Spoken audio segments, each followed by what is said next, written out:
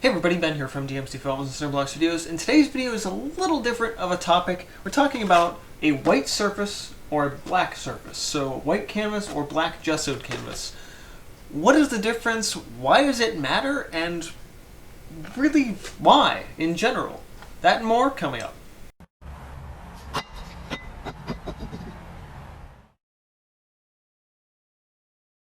So when most people start painting, they start thinking, okay, I'll just grab a canvas and go, but you don't necessarily think about the color of the canvas. You're like, okay, it's white. Okay, what's the big deal? It's, just base color, white paper, white canvas. Why would I ever want to use a black canvas or any other toned canvas?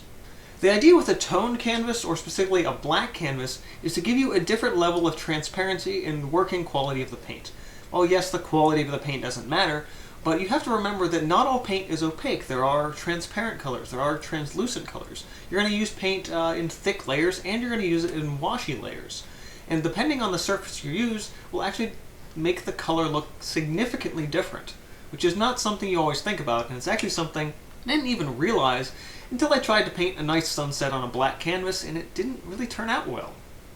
So I have a little demo for you today, which is what I'm going to use to show you that the underlying color of your painting really does matter. So as you saw in the beginning of this video, today's demo is basically a sheet of white watercolor paper with a section of black gesso on top of it. This is really all you're going to be able to need to show you exactly what I'm talking about here. Got a couple of colors laid out, specifically these ones that I wanted to show.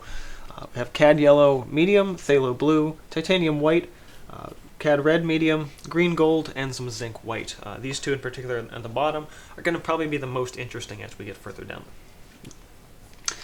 So the thing with a black surface and a white surface is paint isn't just the color you put on the canvas, but it also has to do with the underlying surface color. So for example, when light shows down through something and back up and bounces back up off, you're going to see both that color and the color underneath. Now, any watercolor artist knows this really, really well. Also, if you do anything with glazing layers, this is completely true because, you're using a transparent thing, say a yellow on top of a blue, to create a faux green. So for a simple, sunset, maybe, or even a sunrise, if you're using a lot of yellow, particularly a lot of thinned out yellow on a white canvas, you're going to get a nice bright color. Not just because that's the color of the yellow, but again, the color of the white canvas underneath. Now if you take that same mix, slightly thinned out yellow, over to the black side, you're not getting that same strong yellow. I mean, you're getting, that same color, but because, you're getting that bit of transparency to it, you're getting a lot of that black underneath. And even the heavier, thicker applications of that yellow paint are still going to bring a lot of brush strokes and amplifying those brush strokes, and you're going to see a lot of that with the underlying color, in this case being a nice solid black. Next color up is our phthalo blue. Now phthalo blue, again, on simple white paper, has a really nice bright color to it. But the darker you get, and I'm actually going to add a little more paint to my brush here, because this was thinned out. I'm going to keep it nice and thick this time. That blue paint is almost invisible to you guys watching at home. I can see it. I can see the glare, mostly of it, and this blue really turned basically a completely different color from one to the other, simply because we're working on a black support rather than a white support. Now our white is going to be a lot like our yellow. It's going to show our brush strokes a lot more, as well as kind of amplify things a bit. So white on white, of course, you guys aren't going to really be able to see. White on black, if you watch the dry brushing tutorial, has a little bit of that underlying black showing through.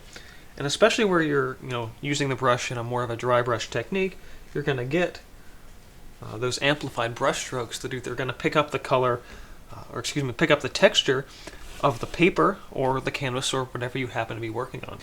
Red's a good color to show this technique with because it's a little more neutral. It's good in both directions. So, with your regular white support, you're not going to get, too much of a difference here. Nice bright red, pretty simple. Going to be toned down a little bit on the black support, but not too much. Red's a good sort of middle ground color in that sense, in that you're going to get a nice solid one from one to the other.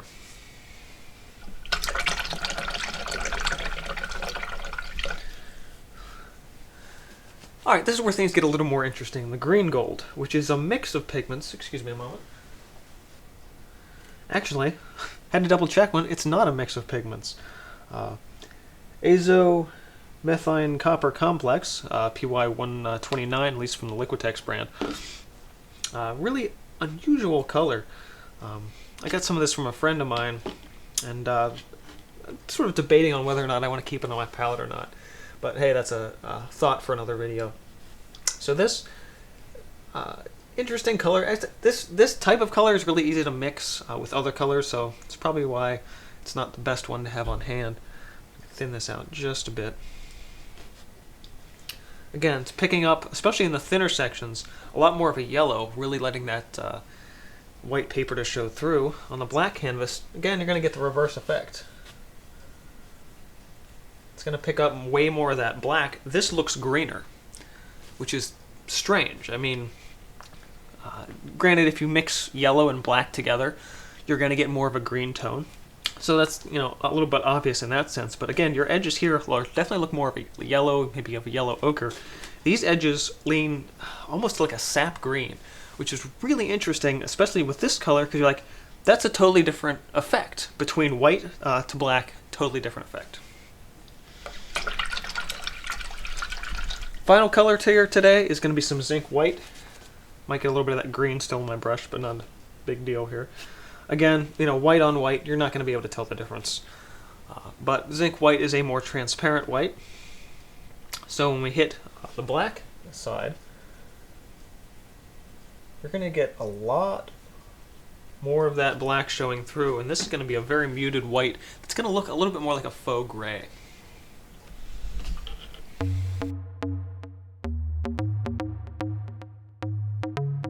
So I hope this little demo has shown you that it's not just about the colors you use, but also about the background color of whatever you're working on. This demo is also not just about understanding the difference between a white canvas and a black canvas, but all the little variations in between.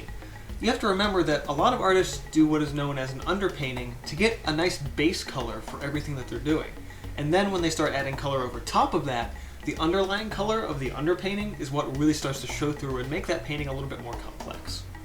Using a toned canvas, so something that's not just a white or a black, so something maybe like a yellow ochre, is actually a really good thing to do, particularly in a lot of landscapes. Let's say you want to create a warmer sky, but you don't want to just keep adding like warmer colors to the sky.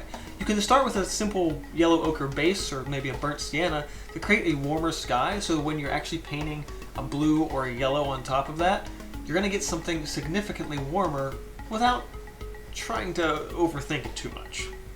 Additionally, it's important to know that just because you're using black or white as a base, you don't necessarily have to paint that on the entire canvas.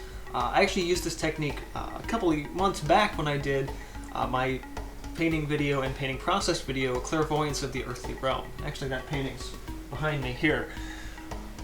That particular painting, I used a white gessoed part for the sky and a black gesso for the foreground rocks. I really wanted to specifically keep that nice dark color in the foreground and keep the background nice and sort of lighter, much more of a misty and mysterious tone. So if you learned anything in this video, go ahead and hit that like button. Let me know what you thought of it in the comments below. Subscribe for more, and this has been from DMC Films. It's Nerd Block Studios. See you guys next time.